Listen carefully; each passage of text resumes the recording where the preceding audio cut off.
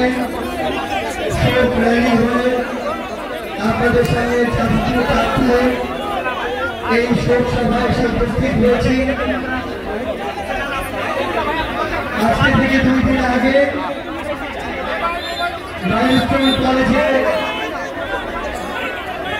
যে হৃদয় বিদারক ঘটনা ঘটেছে, আমরা নিষ্পাপ ছোট ছোট সন্তানদেরকে হারিয়েছি, ভাই বোনদেরকে হারিয়েছি।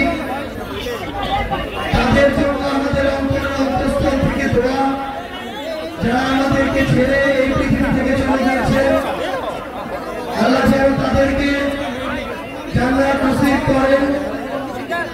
যারা এখন হাসপাতালে ওই ডক্টর শরীর নিয়ে ব্যথায় কাটাচ্ছেন, আল্লাহ যেন তাদেরকে দ্রুত সুস্থ করে দেন।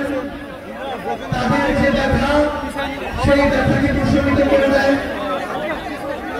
যখন আমাদের নবী সাল্লাল্লাহু আলাইহি ওয়াসাল্লামকে আগুনে নিক্ষেপ করা হয়েছিল, আল্লাহ সেই আগুনকে শীতল করে দিয়েছিলেন আমাদের নবী সাল্লাল্লাহু আলাইহি ওয়াসাল্লামের জন্য। একইভাবে নিষ্পাপ শিশুদেরকে যেন আল্লাহ তাদের ব্যথা প্রশমিত করে দেন। সংগ্রামী সহযোদ্ধারা, আমরা বাংলাদেশে তদন্ত কমিটির খেলা দেখতে চাই না।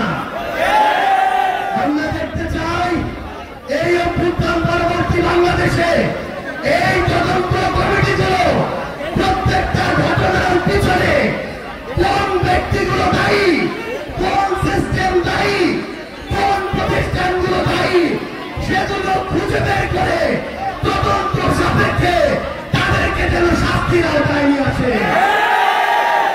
আমরা এই বাংলাদেশে এমন ধ্বংসের পরে আর কোন চুরির খেলা দেখতে চাই না। প্রত্যেক আমাদের আহত ভাই বোন, যারা আমরা যাদেরকে হারিয়েছি, তাদের পরিবারের পাশে এই সরকারকে নিজের সর্বোচ্চটুকু দিয়ে দাঁড়াতে হবে।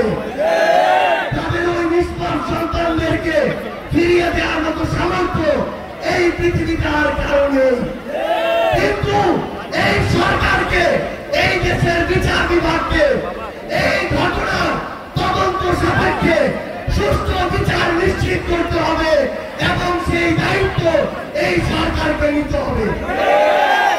আমরা স্পষ্ট করে ঘোষণা দেই, আমাদের অনেক লোক থাকতে পারে, ফ্যাসিস্ট বিরোধী যারা লড়াই করেছি, মত পার্থক্য থাকতে পারে, কিন্তু সেই সুযোগ নিয়ে আওয়ামী লীগ এবং তাদের দোসর আমাদের মধ্যে ঢুকে অরাজকতা তৈরি করবে, সেই সুযোগ আমরা এই বাংলাদেশে আর দিব না। আমাদের মধ্যে রাজনৈতিক আদর্শ ভিন্ন হতে পারে, আমাদের নাম ভিন্ন হতে পারে।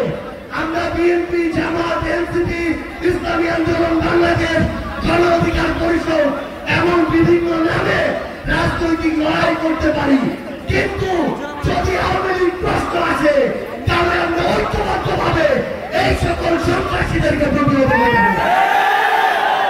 সংগ্রামী সহযোদ্ধারা, আমাদের নিজেদের মধ্যকার মত পার্থক্যে পাগল ধরিয়ে সুযোগ নেওয়ার জন্য অনেকে বসে আছে। আমরা এই বাংলাদেশে এই সুযোগ আর কাউকে দিব না।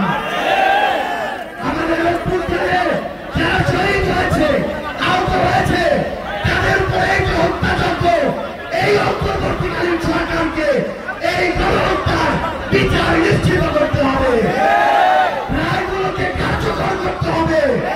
নাহলে এই অন্তর্বর্তীকালীন সরকার আমার শহীদ পরিবারের, আমার সন্তান হারানো মায়েদের, ভাই হারানো ভাইদের এই যে ব্যথা, এই যে দায়বদ্ধতা, সেটা এই বাংলাদেশে মৃত্যুর পূর্ব পর্যন্ত কোনদিন এড়িয়ে যেতে পারবে না। সংগ্রামী সহযোদ্ধারা, আমাদের লড়াই মাত্র শুরু হয়েছে। আসলেই আমাদের এই যুদ্ধ এখন শেষ হয়নি। এই যুদ্ধ আমাদের ঐক্যবদ্ধভাবে চালিয়ে যেতে হবে। সবাইকে অসংখ্য ধন্যবাদ। আমাদের সবার জন্য দোয়া করবেন। ইনকিলাব জিন্দাবাদ।